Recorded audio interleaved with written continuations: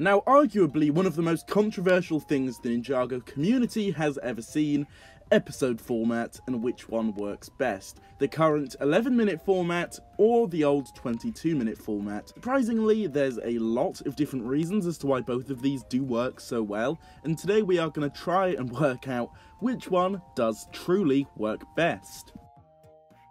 Now, ironically, the way this video is going to be formatted is basically just going to be me listing points of each one to basically, get my point across as to which I personally think excel the best at in different areas and stuff like that.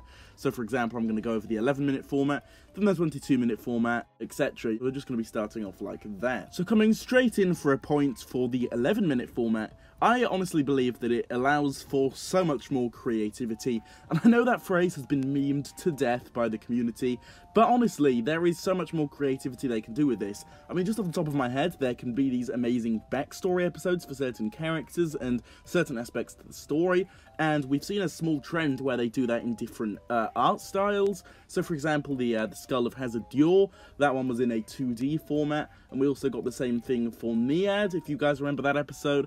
And then just for backstory episodes in general, we got that awesome Tale of Benthomar episode in Seabound, which was amazing, and the 11-minute format manages to do that perfectly. And just the way that a whole episode takes up that kind of backstory allows for more, I guess, depth to the actual backstory, which just makes things so much better, because if this was done in the 22-minute format, the scenes would be cut down just a little bit, and it wouldn't necessarily be as good, because when backstories were done with the 22-minute format, they never quite ended up being as good as that, in my personal opinion. So I think that the 11-minute format definitely does allow for a lot more creativity in that regard. Just in general, a lot of things are much better. And also, some scenes don't really feel really slow. It is fairly fast-paced. Now, I guess that it can be almost too fast-paced at times, but just in general, I think that a lot of scenes do kind of benefit from this 11-minute format, just because a lot of them are more fast-paced, and, you don't really always get that in the 22-minute format. Some scenes can end up just being really bored, and you just don't even want to watch the episode anymore because they are just so dragged on, which, is definitely another benefit of the 11-minute format here. Now, moving on to the 22-minute format, it does sometimes develop characters better.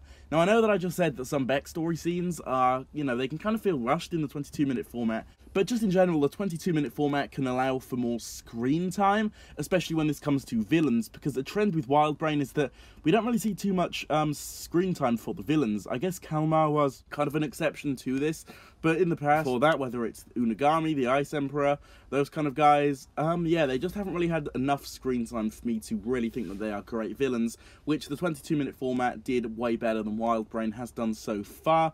Now, of course, this could change as Wildbrain keeps on going, but just so far, I just think the 22-minute format definitely does excel when it comes to villains and giving them more development, and just for side characters in general, I think that the 22-minute format definitely helps out with a lot more than the 11-minute format does. Now, another huge plus side for the 11-minute format, in my opinion, is the fact that they're just so easy to watch. Now, by that I mean they're short, you can just watch one doing whatever, just to pass some time in your day. You can easily just kill some time with, a season 11 episode, for example. They're fun, enjoyable, you don't really have to think about them much, you just put them on, it's just a fun watch. And you don't really get that with the 22-minute episodes, just because they are, well, of course, longer. And yeah, just for that reason alone, I would say that Wildbrain episodes, for the most part, are a lot more enjoyable to watch in that regard, and they're just easy time killers, a lot of them. Especially if we're talking about season 11 episodes, they're just really fun to put on during your day to kill some time, which is definitely a plus side for the 11-minute format, in my opinion. This is something that the 22-minute format could never do.